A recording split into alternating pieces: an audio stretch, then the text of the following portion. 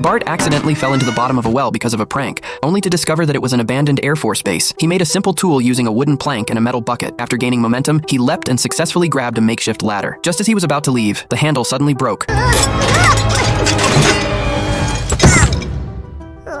Nothing good ever comes from trying. He tried to keep looking for a way out, but unexpectedly noticed a phone on the ground. He had just dialed Moe's Tavern when the phone line suddenly caught fire. Bart lost his only connection to the outside world. The sheriff led the entire town in a search for a full day and night, but they couldn't find any trace of Bart. The news quickly reported Bart as dead. Even Marge believed that Bart had been eaten by some beast, but Milhouse and Nelson insisted on finding Bart. Milhouse spotted Bart's hat by the well and excitedly shouted his name. Bart! Bart! Are you down there? Milhouse! I have never been so glad to see you! Thanks for not noticing my new haircut. Just give me your phone. I'll go get help. You can count on me. Milhouse went to Bart's house, wanting to tell Lisa about Bart's whereabouts, but Lisa mistakenly thought Milhouse was trying to comfort her. She clung tightly to him and began crying loudly. To be able to comfort Lisa often, he decided to hide the truth about Bart, but Sideshow Bob could not accept the news of Bart's death. He believed Bart should have died at his hands. The psychologist, however, thought Bob should see Bart's death as freedom. This slipped off.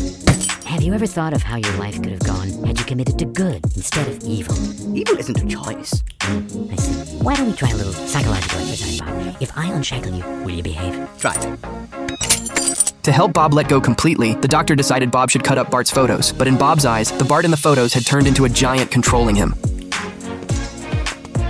Are you okay there, Bob? I won't believe he's dead until I've made soup from his bones! Ah! Why do I keep giving him scissors? To find out Bart's whereabouts, Bob had no choice but to turn to Milhouse, forcing him to reveal where Bart was. Meanwhile, Bart had repaired the phone line. He called Marge and she learned that Bart was still alive. Oh my god! Oh my god! He's alive! And sassy! Oh. Homer immediately took Abe into the forest to search, but at this moment, Bart had already been tied to a rocket. Bob wanted to launch him into the sky. He inserted the key into the lock, but the launcher didn't respond.